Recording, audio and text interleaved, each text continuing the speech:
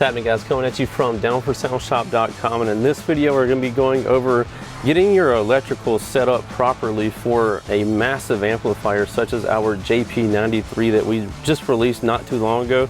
Don't let the black color fool you. We offer it in 8 other colors as well, so a rainbow of colors for you guys in case you want something different than the standard black. This amplifier is massive, as you can see.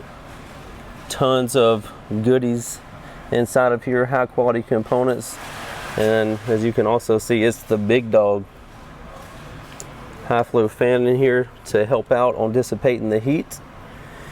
But anyway, it isn't so much about this amplifier because we're just using this as an example. We're talking about other amps such as Down4sound 12, DC 10Ks, DC 20Ks, all these big boy amplifiers that require a ton of electrical to power them. I've always said it takes power to make power, and this is where it's very important because a lot of people don't understand that if you don't have the correct electrical to support an amplifier like this, you will void your warranty and you will blow the amplifier just like that. It's gotta have the electrical so it can operate properly and you don't run into issues from not being able to properly power it.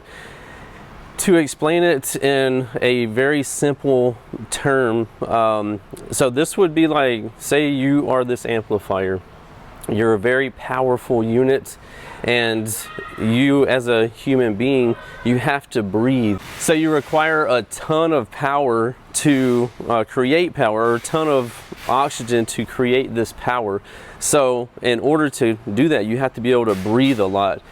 If you don't have the proper ability to breathe, it would be like you holding your hand over your mouth and just having a little bit of airflow being able to get in, and what would that cause you to do?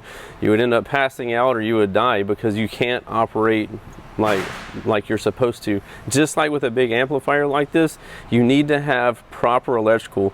And something like this, there's a couple of different examples. So this is a new lithium battery from Excess Power. It's called the, you see it right here, X-Max 90.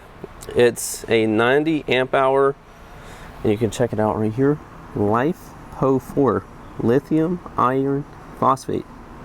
So this is the technology or chemistry used inside of here. Very cool casing that they've used to compress these cells. You can see them up under there, right there. They're blue on the bottom, and you can also see through the logo right there. And on the top, very cool for being able to distribute your power here. And you have a balancer, which is going to help keep the cells balanced. So you also have like a minimum that you would want to have for an amplifier like this. I would suggest a minimum of this LiFePO4. This new battery from Excess Power is, right, I think it's $1,099, so just over $1,000. It'll give you 90 amp hours.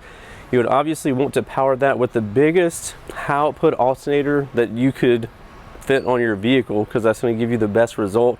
So for a truck like my work truck, or any Chevy truck, you're going to be able to get a 370 amp alternator or a 400 amp alternator. So that's very important to be able to supply, because your initial power comes from your alternator. That's where all your amperage comes from. Then it gets dumped into your battery, and then it goes over to the amplifier. So I would suggest a minimum of one of these to power an amplifier such as this. So this is a 90 amp hour lithium.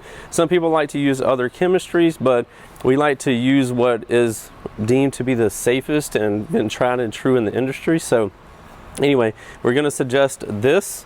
And if you want to use, some people don't want to go over to the lithium side. If you wanted to go your standard AGM, such as a Excess Power D series battery, it's going to require a lot more because it's just the nature of the beast. So I would suggest for this amplifier, at least, like obviously a high output alternator, you're going to have that with whatever chemistry of battery you end up using, but at least 8 Group 31 batteries to power this amplifier sufficiently. So that's going to be my suggestion on like a high output alternator, and then I would say minimum 6 D3100s, but like more optimal would be 8 D3100s. Again, you can never have too much electrical when it comes to powering a system. I think that's like an added little insurance there, because again, it takes power to make power, and that's basically it. I can keep going all day about this video, but we want to try to be more